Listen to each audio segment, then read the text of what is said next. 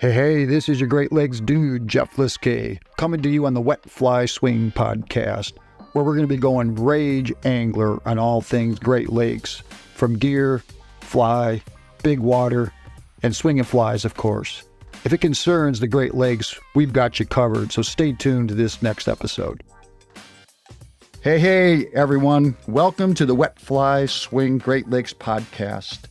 This is your host, Jeff Liskay, aka Great Lakes Dude. I'm super stoked for this episode to share with you.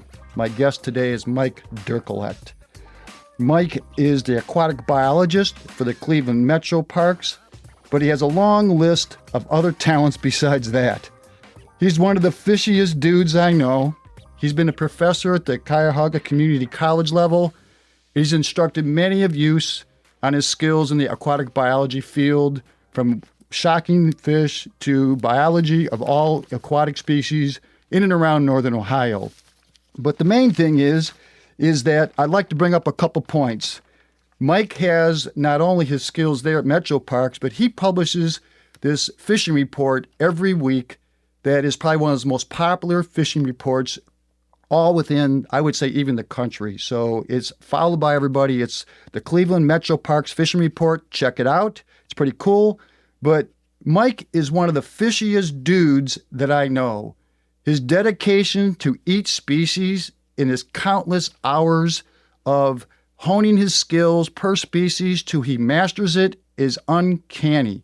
He's unbelievable, and I'm going to be super excited to dig into some fishing stuff with him, but also we're going to be talking about the rebirth of the Cuyahoga River.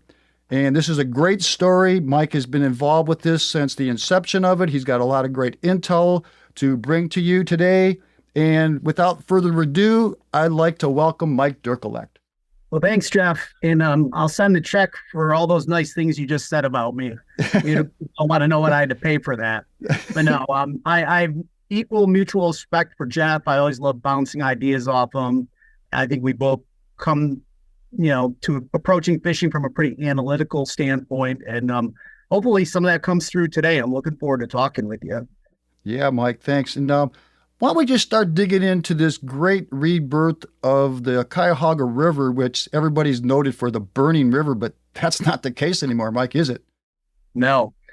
Well, I mean, this river was essentially the impetus for the birth of the, environmental movement in this entire country. And that's not really an exaggeration. The river starting on fire several times in the late 60s, early 70s was the impetus for the Clean Water Act and all the good things that's kind of come from that since then. And when you said I've been involved since the inception, my biggest accomplishment in 1971, which was the year the Clean Water Act was instituted? No, what was it? My big accomplishment was being born that year, Jeff. Yeah. So was my contribution that year. Yeah. Well, the inception meaning, Mike, that you've been involved with that since you've been in the industry, I'd have to say. Following it, helping out, right? Yeah. I couldn't pass up, though, the connection to the Clean Water Act of Embark. Yeah. But yeah, you're right. And, I only stand on the shoulders of all the great people that came before me. And even now, I'm just a small cog and spoke in the wheel of all the environmental folks from various agencies and sportsmen's groups that have done such great work. So, but yeah, looking forward to talking more about that. But when you look back to the late 60s, early 70s and leading up to it, kind of the prevailing attitude towards rivers, especially in industrialized regions of the Great Lakes Rust Belt, was, they're conduits for getting rid of your waste. I won't say that was stemmed from evil. It was just thought that there was just so much water that you can put bad stuff in and it'll always get diluted. There was an old saying, dilution is the solution to pollution, which isn't necessarily true. But, hopefully that saying is dying out these days. But that's the way it was viewed then.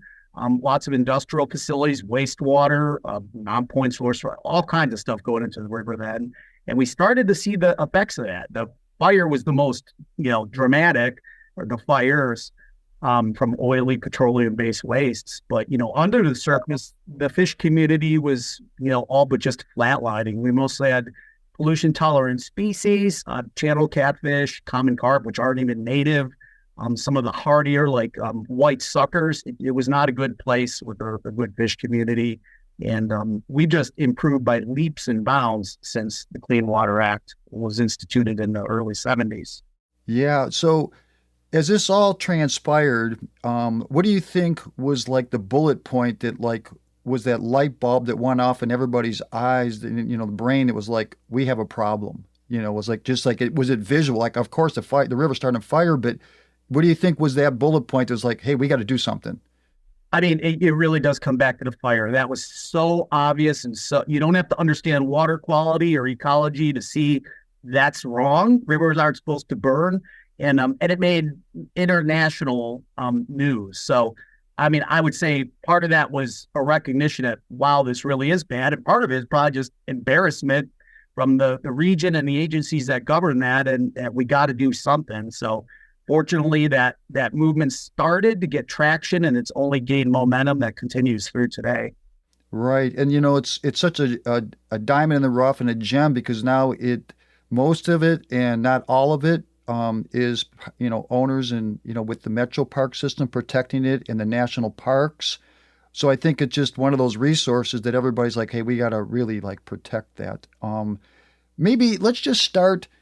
Like what's going on with the river right now? There's a lot of cool things going on. Maybe you could touch on what some of the species. Maybe you could talk about maybe we have a big project with this dam removal. Maybe you could just start jumping into a few projects that's going on the river right now that you're aware of and also maybe involved with. Sure. Well, one before we get into real specific projects, one overarching project is just fish monitoring of the river. And we've gone from, again, the lowest possible scores you could have on what is called the IBI. It's what our EPA uses to a qualitative way of measuring how healthy the fish community is. It was essentially the lowest possible score in the early 70s. And decade by decade after that, it has improved to the point that there are stretches of the Cuyahoga River that are scoring as exceptional. There's still hot spots like the shipping channel where there's relatively low fish diversity, but that's a real scientific way of measuring fish community. And now we have over 100 species of fish that have using the river at least periodically through the seasons. Lots of them are residents. So that's something measurable and really cool. And I can even provide a graphic that you can include with the podcast when that's all put together. But as far as other more definitive, defined projects. One real obvious one that's making the news and has a huge impact is dam removals. And that's one that, anybody who probably fishes rivers, especially for, ocean or lake run fish, realize that, those dams cause an impediment. Fish can't reach their native spawning grounds. They just can't move past a certain point upstream. There's a number of dams that have been or continuing to be removed from the river kind of over the last few years and into the future. We're actually getting to a point where we're at the removal of just the last couple of them, one of them being Gorge Dam in way up by Akron, many miles upstream on the Cuyahoga. But lake run fish get all the way up to that at this point, which is just amazing considering, where we were just a few decades ago. And that's been a big one. One of the unseen things with dam removals, people can wrap their head around that it's an impediment, meaning a lot of fish can't swim past it. Steelhead being amazing jumpers, the ones that stray into the river, we'll get to more on that shortly. They can jump a pretty substantial barrier, but there's a lot of other fish species in the river, suckers, catfish, minnow species, important stuff in the ecology of the river that can't get past those. So removing the dam allows them to easily have access upstream and downstream as they need to migrate. But one of the less obvious things is how dams affect water quality. When you have a big pool that's formed behind a dam, it tends to become more stagnant, especially in hot weather periods during low water. You can get lower oxygen level. You certainly have a less diversity of habitats. So removing those dams also, just improves the stretch of river upstream of the dam where it used to be a dam pool to make it, suitable for a whole bunch of species as opposed to just a handful of species. A dam pool is great for largemouth bass. Bass anglers tend to love them. Great for catfish, but there's a whole bunch of species that don't thrive as well there. So that is a cool one. Mentioned Gorge Dam up by Akron, slated to be removed in the coming years. And then the most recent one that was removed was right in Brecksville, sandwiched between Cleveland Metro Parks and the Cuyahoga Valley National Park. That was, only a dozen or so miles upstream from the lake. And that allows all kinds of fish to now start to move back and forth through that area that formerly could not. Yeah, Mike. So maybe we should just, for the listeners, just to wrap their head around how diverse this river is that even though now we have a migratory species that can make it up to this Edison Dam, how many miles do you think it is? Is it pretty close to over 60 miles there, or do you know offhand? But how many miles? I don't have the exact figure offhand, but yeah, it's right in the neighborhood of 70 miles, is my understanding. So that's a lot of river, and a lot of that's excellent fish habitat. Again, there's miles of the shipping channel closer to Lake Erie that are deep with bulkhead and limited habitat. That's still a work in progress, but 99% of the rest of that mileage is diverse fish habitat. Yeah, and of course, once we remove this dam that's pretty much inoperational now, and get rid of the sediments behind it, this will improve the habitat, like you said, above it, but also below it too, correct? Yeah. More marked, upstream of the dam, but, you'll have better oxygen levels downstream of the dam and, during hotter periods of the year when the water's more stagnant coming over the dam. That is one, though, that there is a natural falls beneath the dam. So it's a unique one in that it may not improve the migration of fish upstream, but it'll make a historic falls, natural falls, brought to light again where people can appreciate it. And again, like you noted, won't allow the water to pool upstream with the detrimental effects that can cause. Yeah. There's like almost a 65-foot gradient change there or something. Am I somewhere in that neighborhood? It's pretty radical, right? Jeff is showing his engineering contractor path. He's got the numbers dialed in. That sounds about right. I don't actually know how high that is offhand, but having seen images of it, that sounds like right in the ballpark. I think it was the images you showed too. I was like, that's I think there was like wording about 60, but it's a pretty immense drop of gradient there. But so there's other cool things going on. The native species are going to benefit overall. Everybody's aware of it. But the Division of Ohio Wildlife and they are currently going to stock migratory trout, aka Great Lake steelhead, in the Cuyahoga River now. Somewhere in the neighborhoods of 50,000 of these fish they're going to plant. Pretty unique program that's going to happen, isn't it, Mike? It's cool, and it just kind of a next logical step. And anybody in the region knows, maybe some of your viewers outside the region are not aware that there's already steelhead coming into the river. There's already people targeting them. I would describe it personally more like a West Coast experience versus what a lot of people think of as steelhead alley steelheading, meaning the fish are spread out. You're going to have to work to find them. You're going to have to cover a lot of water. Some people love that. Other people want a little more of a feeling that every nice hole they come up to is going to have a chance of having a few steelhead in it. We get spoiled around here. But steelhead have already been straying into the river for years. In fact, at least 7 tributaries of the river have had some degree of natural reproduction of steelhead. Not enough to sustain a fishable population, but it just shows that some of the tributaries of the river are really nice water quality, colder, cleaner, smaller creeks.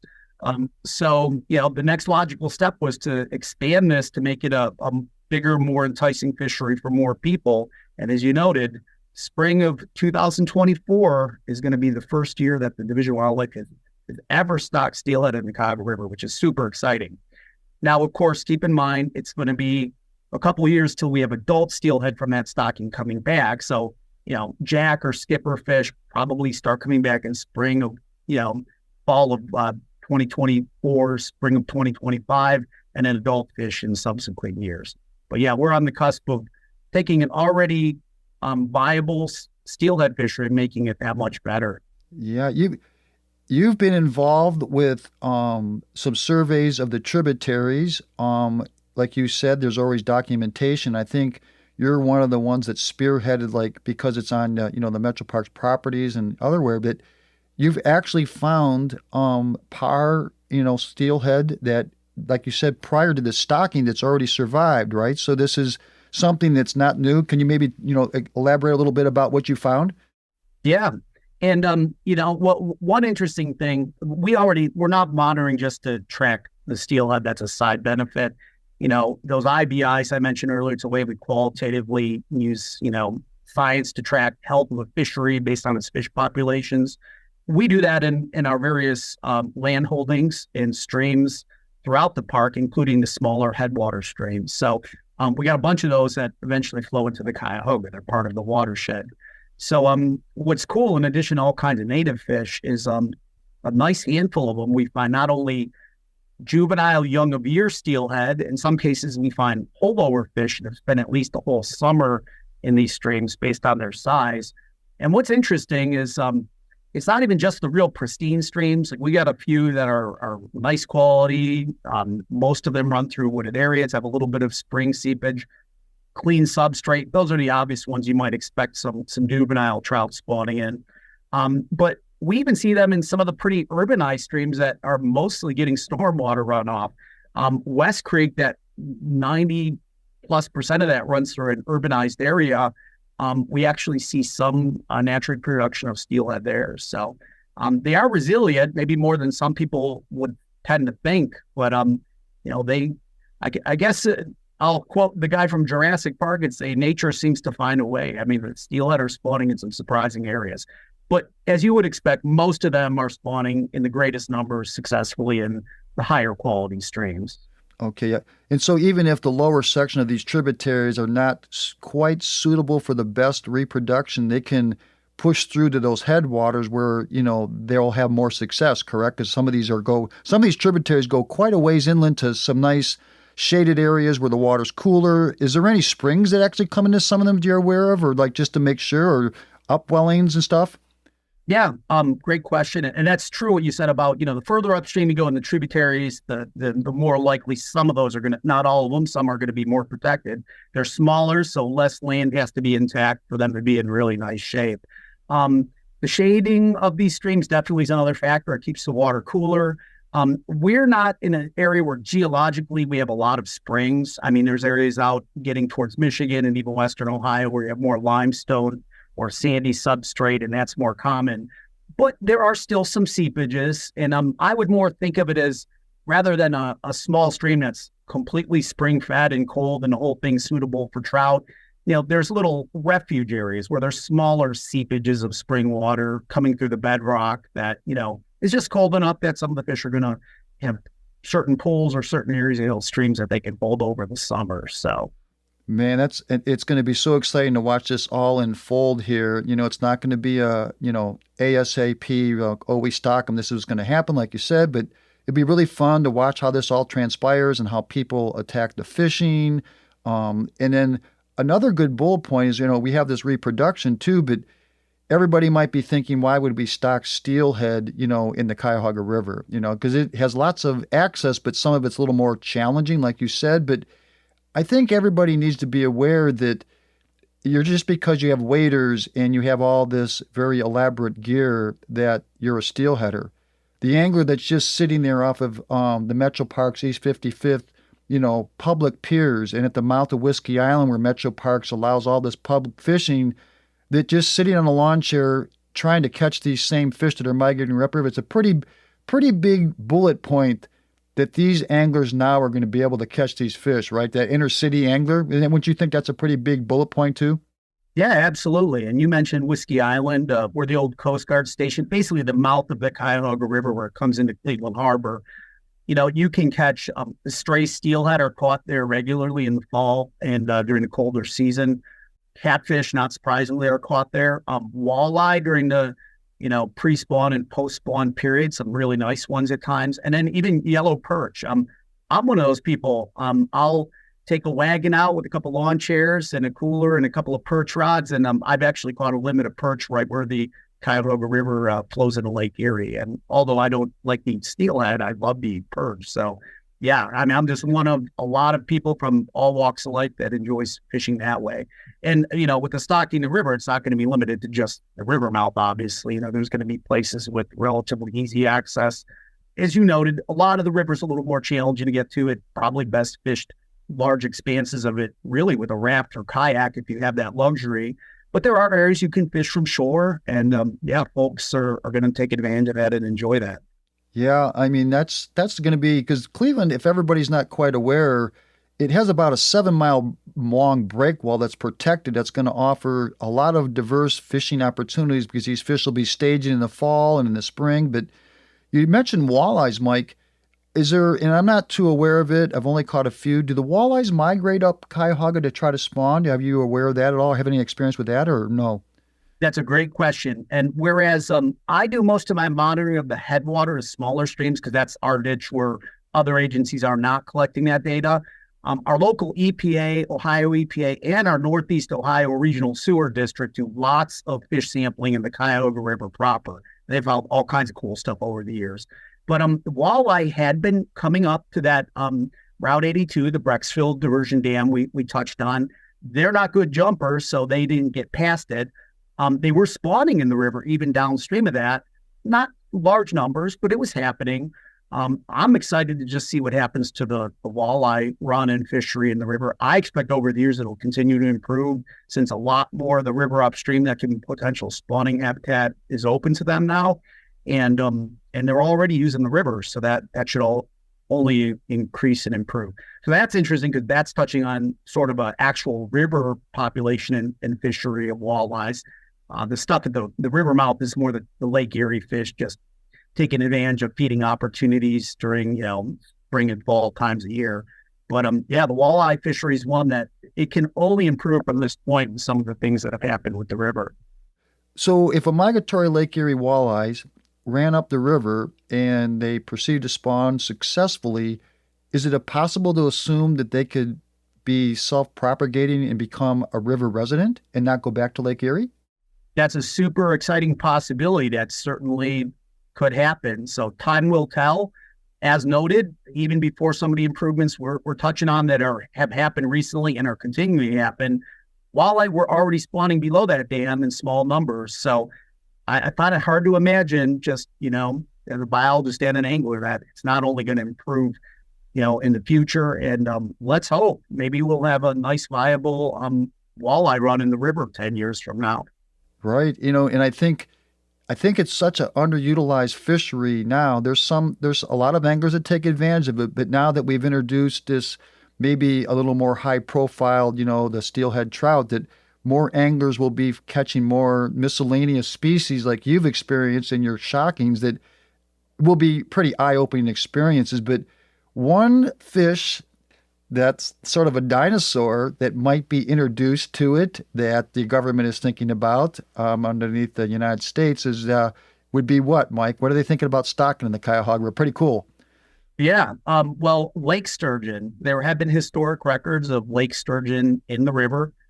Anybody regionally would probably be aware on some level. They've reintroduced sturgeon to the Maumee River, which is a really large lake area tributary kind of out closer to, the west end of the lake. But kind of feeding on that Maumee River project and, the momentum going with, how far along the Cuyahoga's come, it was a next logical choice to explore. And is it a possibility? So a lot has been done. U.S. Fish and Wildlife Service is leading the charge, but all local agencies that work with water quality fisheries have had some stake in it, us included. But we've been exploring the Cuyahoga River, looking to see if there's suitable spawning habitat and nursery habitat for lake sturgeon.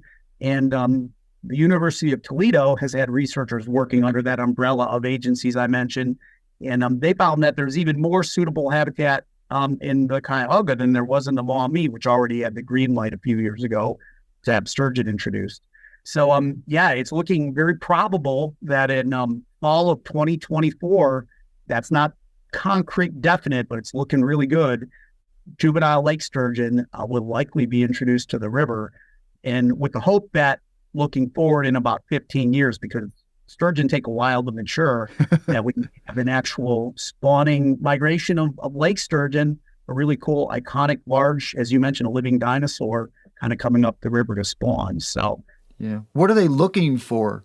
What are they looking for their spawning habitat that makes it so critical for the, report card of like, can we stock it? Is there certain things they're looking for their habitat or? That's a great question. From a spawning standpoint, substrate is really important.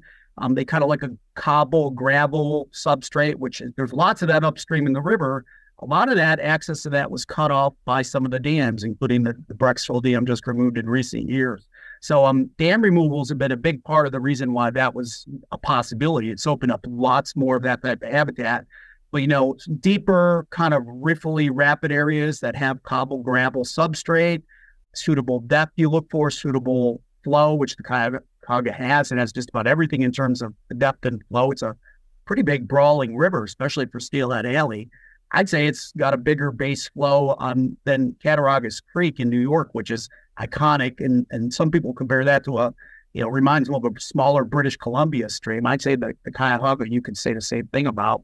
That habitat's there. And then slacker, kind of more gentle flow areas are where they generally use for what we call nursery areas. The juvenile sturgeon hatch, they drift downstream, and they need those types of areas for feeding and just to be able to do well. So, yeah, it's exciting. And in 50 years from now, this occasional smallmouth or steelhead angler on a river may tie into a 5-foot long sturgeon. It's actually looking like that's going to be a more likely possibility than not of happening. So that's exciting. Yeah. What calendar month would an angler be expecting to see this, in say 10 years or so, if this program goes ahead? Like, is it spring, fall, or winter? When do they enter the river to do their spawning and reproducing? Yeah, that's a great question. And interestingly, my graduate work was with paddlefish in the Ohio and Scioto rivers. And I bring that up because I studied spawning and early life history of the species, and they're in the same group of fish as the sturgeon. They're very closely related. So, and their spawning time frame is very similar as well. It tends to be during some of the peak of flows in early to mid spring, and that's when they'd be coming in. Whether they stick around long after spawning, probably similar to steelhead. They spawn, and I'd expect the adult fish to start dropping back to the lake pretty quickly.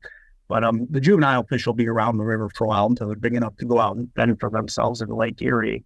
But yeah, probably spring. I think the spring steelhead angler, maybe down the road, the spring walleye angler. Let's keep our fingers crossed. Maybe the most likely ones to run across a sturgeon. Right. Are they broadcast spawners? Is that how they go about, reproducing? Is broadcast spawners in those areas, or how does that work? Yeah, good question. Yeah, they, unlike a steelhead, they're not like digging or rad, that kind of thing. Even though they're spawning over cobble gravel, they're kind of broadcasting their eggs. Their eggs tend to be sticky. And when they come in contact with the substrate, they're spawning in the proximity of what they've determined in their prehistoric little heads is a good spawning area. But the eggs kind of fall where they may, and they stick to that well-aerated cobble and gravel. And that's where they kind of incubate, eventually spawn, eventually hatch. Man, that's gonna be really cool to follow, and I think every generation from starting now all the way through will see the benefits of this, and hopefully I'm on this side of the grass to see it myself. But is there any other? We'll move on from sturgeon. Is there like rainbow trout stockings anywhere in the Cuyahoga that there's a put and take that these anglers can take advantage of that that you're working with, or agencies that are using? Yeah, the last 2 years, kind of forward-thinking city of Cuyahoga Falls upstream, they've stocked catchable-sized rainbow trout just to make a little spring.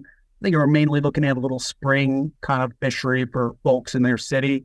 One surprise of that has been that there have been found to be a few of those rainbow trout holding over throughout the entire year in the main stem of the Cuyahoga River. So that we talked about the headwater streams having the cooler water and the type of environment that small trout can survive this summer.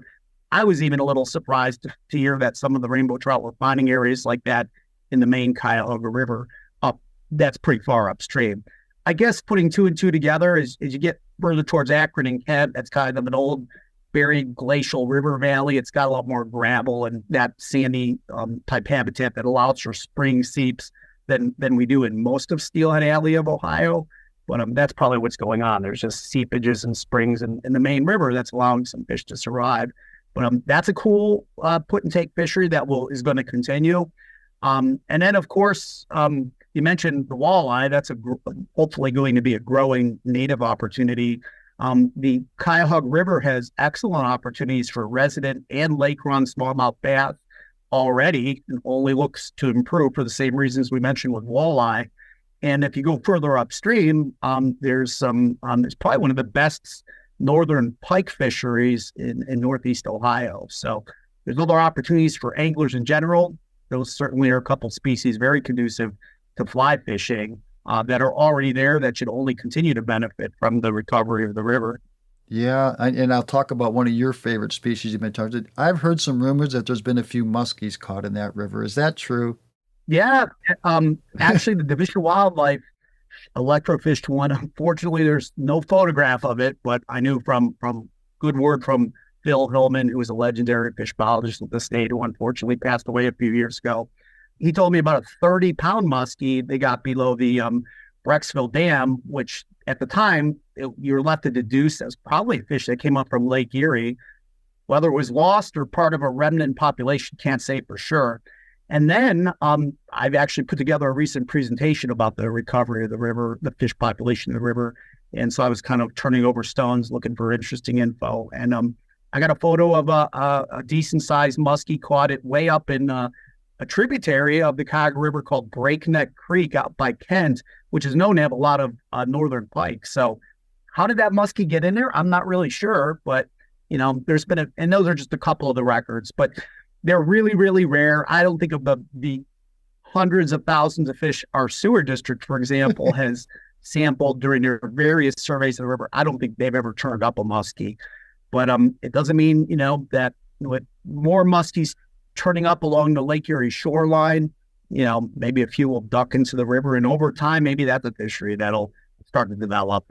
That'd be a real wish list thing for me, but yeah, that's probably less likely than some of the other stuff we talked about. But yes, muskies have, to answer your question, a few muskies have turned up in the river, but they're really, really rare. Yeah. So maybe let's just dig into now that if in this program for the steelhead fishing get along and it starts to transpire, and it is a pretty intimidating river compared to, like you said, our other, what I call open book streams. Like you walk down the river, you say, oh, there's a hole. That's where they got to be under normal flows.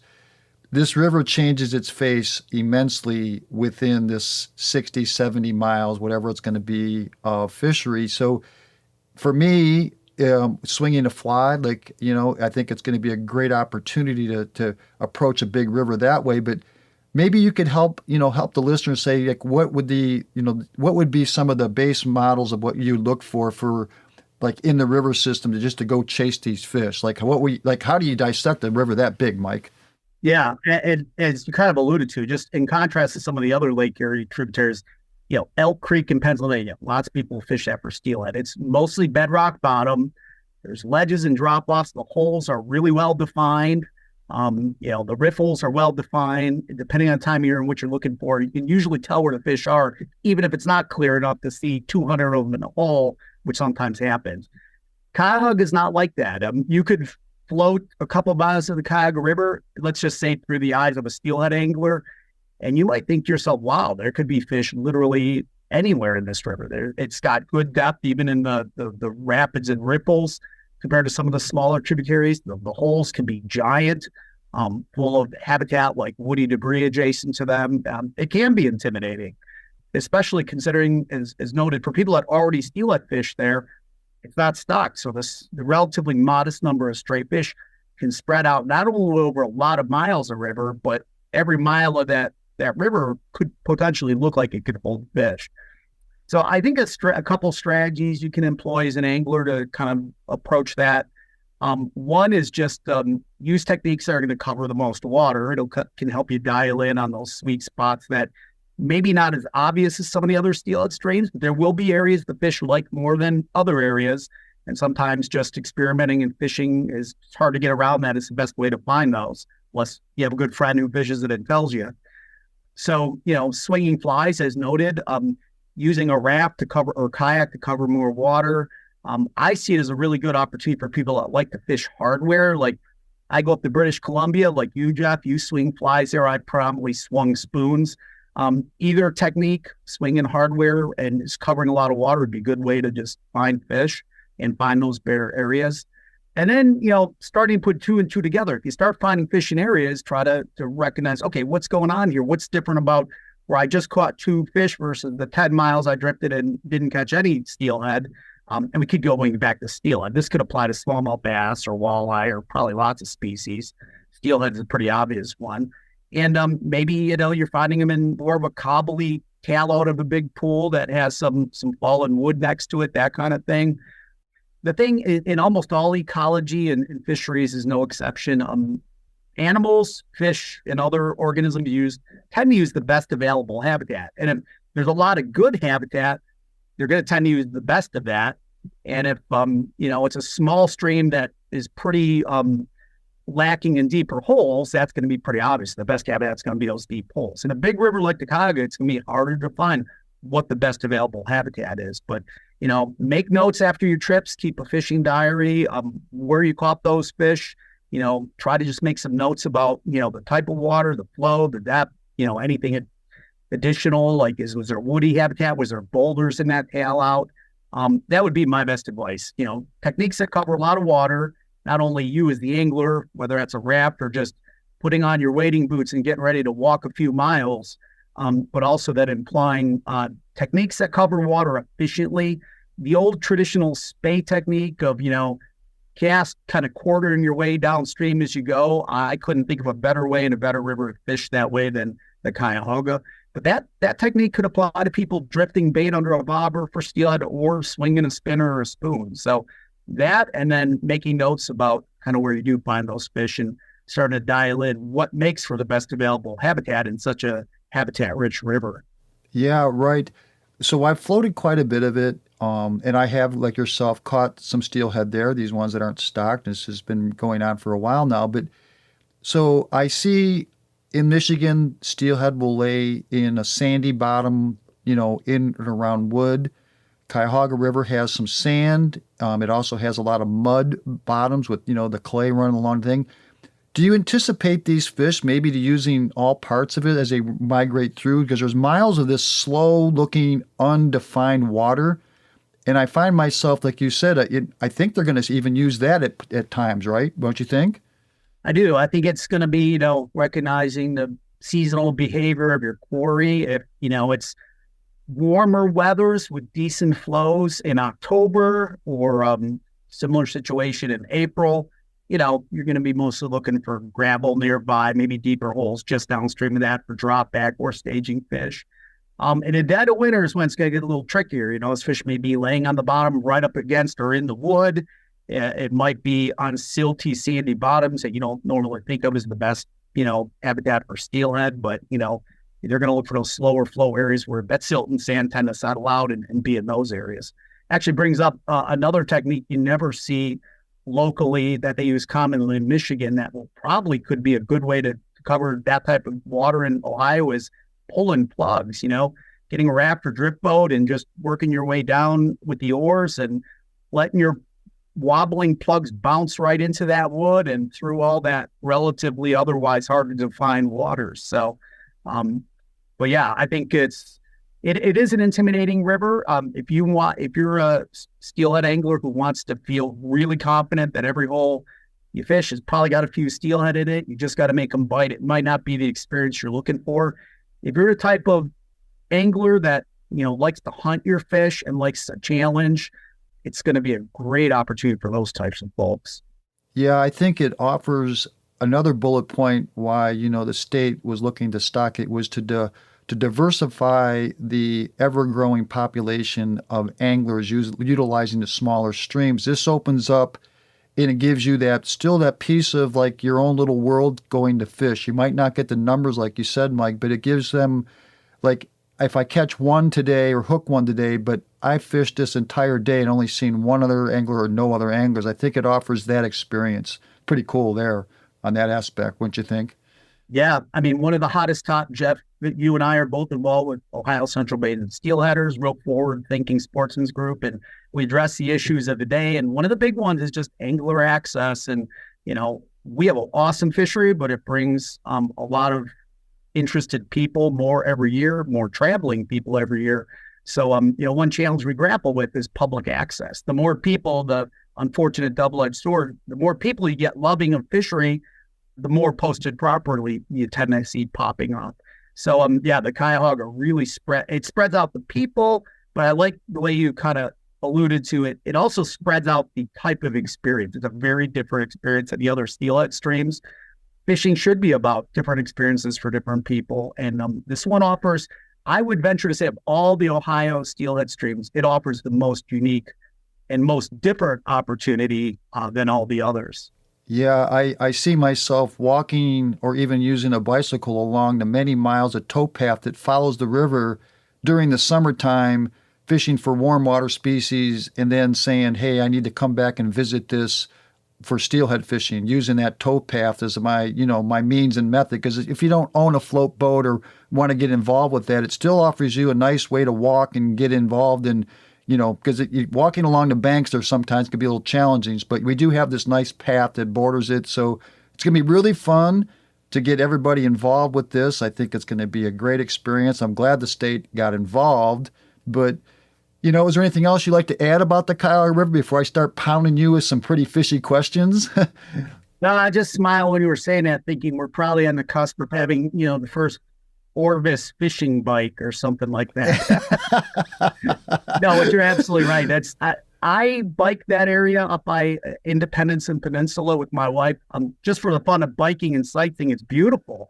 And it, as you noted, it follows the river like its entire length, most of the entire length. That towpath trail is a short distance to the river. That is going to be a really good way to cover water and fish it. That is probably more accessible than having a drift boat or raft to the average person. So yeah, that's a really good point and a good way to cover water. Yeah. One last thing I'd like to add is that, there is some national park rules and regulations for fishing, and one is called, the bait ban, or, that live bait ban. And we did some research, and, if you're a spawn fisherman, the way we're interpreting it is that, you have to have cured eggs. I'd like you to maybe to clarify that. And then does the Metro Parks sections of the river fall underneath those regulations of the national park or no, Mike? Yeah, that's a good question. And that is, unfortunately, is a real point of confusion for people that do fish the river. Honestly, the people that like artificials are probably going to love it, because if you're on Cuyahoga Valley National Park property, you can't use live bait. And if you said you heard that cured eggs are okay, I just heard natural fish roe was not legal, but you probably have more updated information than me. It just shows even you and I don't completely see the exact gray areas of this. It is confusing. We have tried to address, meaning just not me or Cleveland Metro Parks, but even the Ohio Division of Wildlife, talking in National Park about trying to make things less confusing, because, a lot of can't use emerald shiners for bait there, yet emerald shiners can come up from Lake Erie through most of the steelhead water that people are fishing anyways. But I think the national park rule does stem from a good area. They don't want people trucking non-native live shiners into some remote part of the national park and introducing what becomes a real problem species down the road.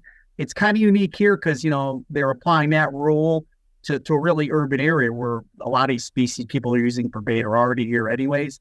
But, they're not going to change the entire national park rules, as I understand it, for just one park in one situation. So they're kind of standing their ground on that, which is fine.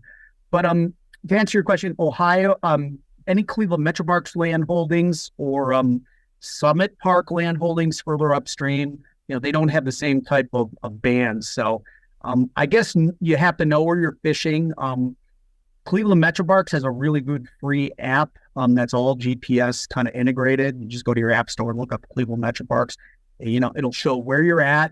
It'll show if you're on park land. You'll know if you're in Cleveland Metro Parks. Not only you're there without trespassing, we should probably touch on stream access laws in Ohio now that I think about it, but because it's different in every state.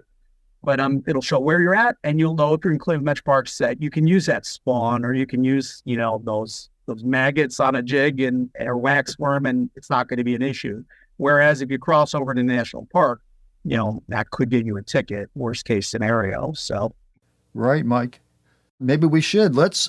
So just for everybody that's not coming from the state of Ohio, the rules and regulations of property land would be that the property owners own the river bottom. So you're not legally allowed to get out of your raft in private waters. You can float through it, But this is one of those deals where you can float and get out at will all through the Cuyahoga now. There might be very little small sections you might not to, but I'm fully aware of that's going to open up you can go and come as you please, which is really nice. Just like the Metro Parks systems that, you adjacent on the Chagrin and the Rocky River, Mike, right? It's just a great access way for public. Yeah, it's absolutely right. The Cuyahoga and the Rocky, more of that is more continuous miles are completely in public holding, which is less of an issue. If you go up the West Branch of the Rocky, there's almost all private land with a few exceptions. The Chagrin's different. You get up on the Chagrin going upstream and, you can have clear Metro Parks on one side of the river, and then the middle of the river is cut usually the delineating zone where it's private owned on the other side. But again, at least in our parks, just getting that free app is the easiest way to tell you if you're legit or not. But there's no high water mark rule in Ohio like there are in some states.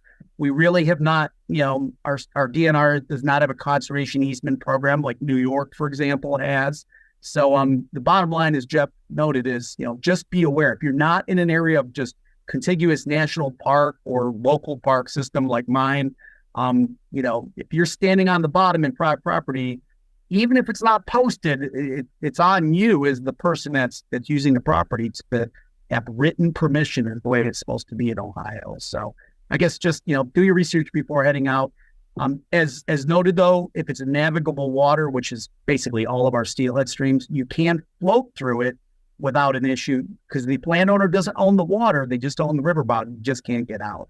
I've been told by a wildlife officer that in the strictest interpretation of that rule, if you're fishing and your sinker is bouncing bottom, you're trespassing. I don't think that would ever be enforced, but just know that, that at least in the most black and white interpretation of the law, that's how that is. So I think we're all breaking that law. Sweet, Mike. Well, let's put closure to this Cuyahoga because we could probably go on. I'd still have a little more time, and I'd really like to dive into some fishy talk because I've seen you literally take and cut rubber off of a musky lure and glue a different colored tail on while you're on the water, and you're a master of taking a species from when you started with the center pin reels and steelhead, and now you're, ice fishing brown trout to musky fishing. You have this knack of understanding fish because you live fish 365 days a year. So as an angler, I do both. I gear fish and I fly fish. We struggle a lot as a fly angler because we can't, we don't have a lot of times a vibration. We have some flash, but let's talk a little bit about the lure presentation of like the vertical drop of a lure or the fly or the horizontal presentation. Maybe you could just, the way you thought process, like when you would use one presentation over another and, involve that with just a general species like outlook, like that negative, positive, neutral type, behavior. Maybe you can just give us your thought process on how you approach that. Yeah, that's a great question. And that's a kind of a unique twist on the usual questions. That's pretty cool to think about. A lot of what I'm probably going to propose here could be applied to most game fish species, but let's just take two of them that we both love and pursue: steelhead in rivers and musky in large body reservoirs in Lake St. Clair, Detroit River, whatever. And, a more of a vertical presentation, at least with the steelhead in the river, I think of that like where where the fish are, you have a precision thing going because whether you got a strike indicator like John Nagy with his hallmark book about Lake Erie steelhead, he talks a lot about the right angle presentation, just kind of putting a different name to the typical, nymphing strike indicator presentation a lot of folks are familiar with, used all around the country for a lot of species.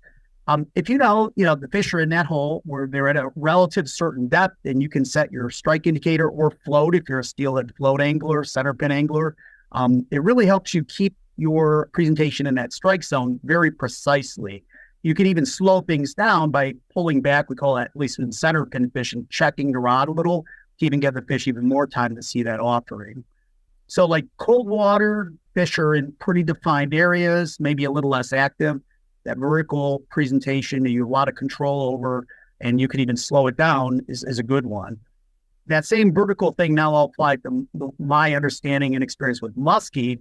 If muskies are really glued to particular habitat features, could be the end of a point kind of jutting into a reservoir, could be the edge of the shipping channel on the jigging the Detroit River. That's where, jigging a bondy bait, for example, is a really good way of keeping your bait in that precise strike zone more efficiently, longer, and with a greater degree of precision. So, relatively neutral or negative fish, that's another, those for both species, a good reason to employ those techniques. It gives them a longer time to see your bait. It keeps you more in the strike zone in more defined areas longer. Now, kind of more of at least I address and think of the question, more of a horizontal, or I think that is a horizontal presentation, more of like kind of covering water approach. Maybe when the fish are more active, being glued to a particular part of the water column, like the bottom, is not as important. Like if you're doing with jigging a bondy bait for muskie, or right angle indicator drifting for steelhead in a river, you're covering more water. So back to the Cuyahoga River we just talked about. That's a river that's intimidating. There's so much holding water, more of a area covering horizontal approach of a swung fly.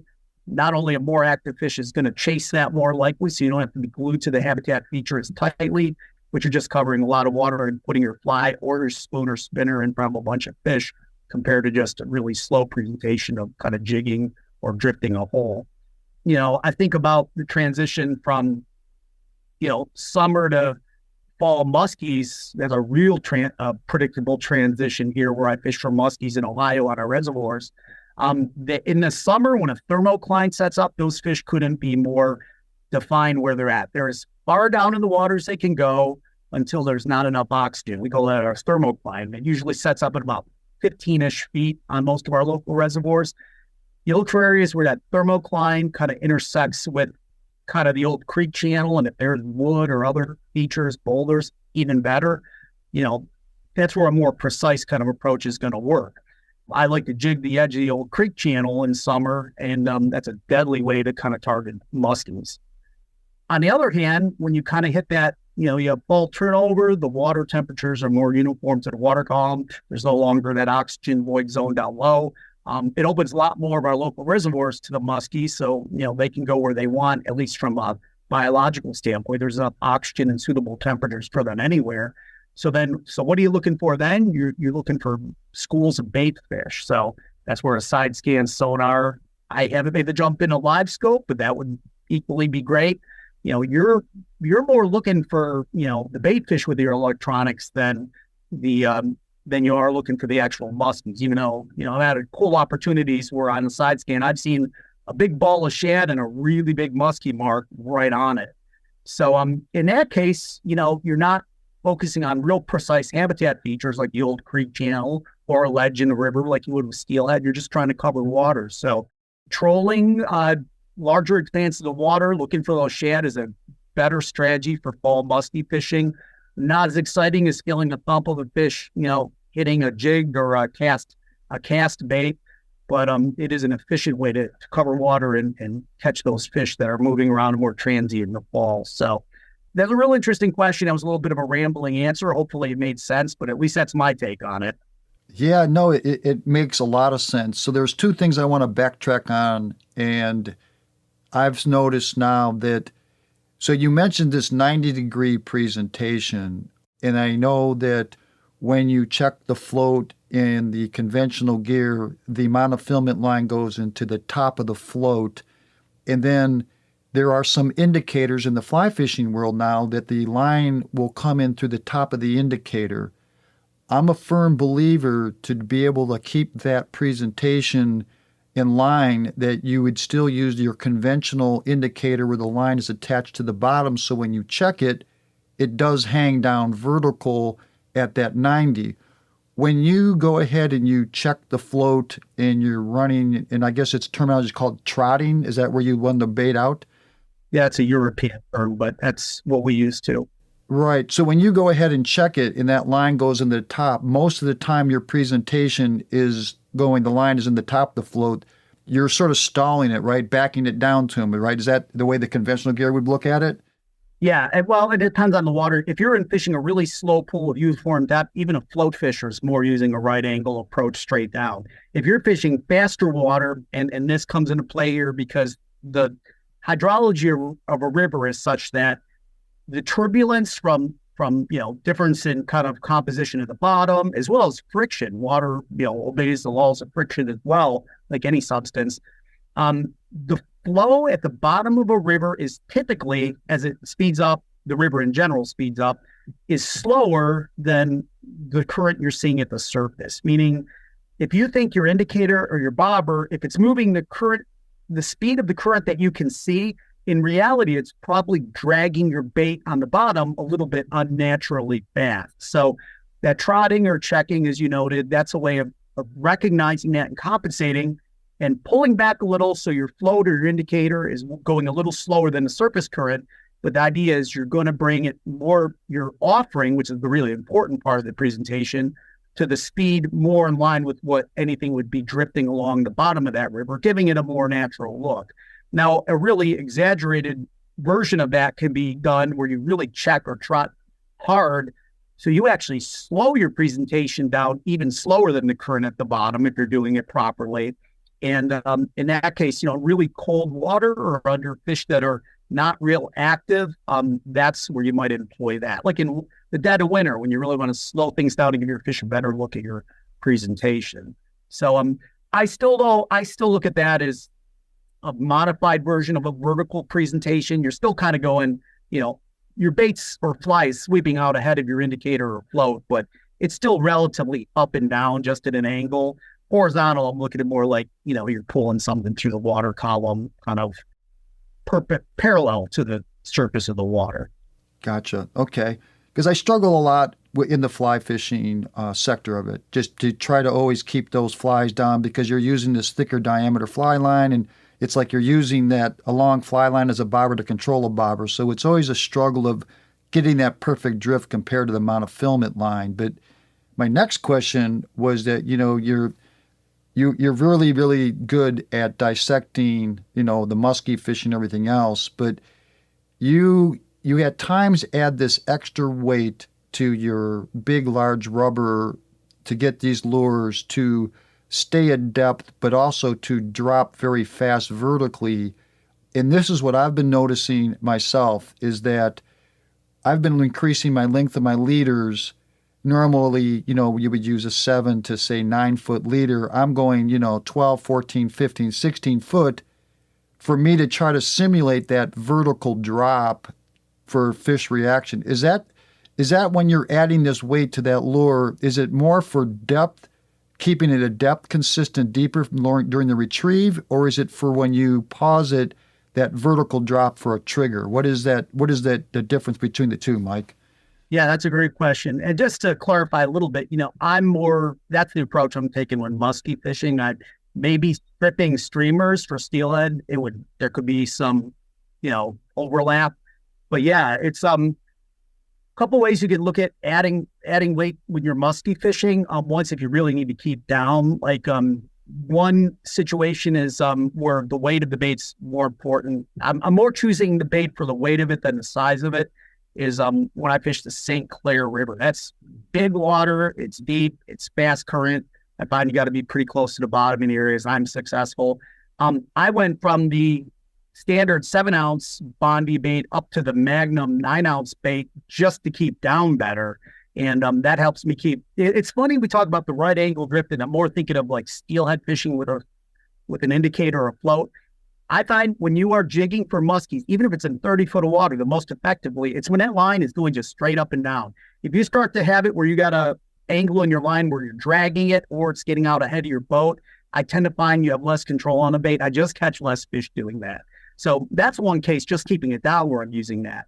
But probably more what you were thinking, I'm kind of wagering is more like when you're adding weights to like a bulldog or a Medusa type of a bait, fishing the open water, Lake St. Clair, it's a really good, tactic to use.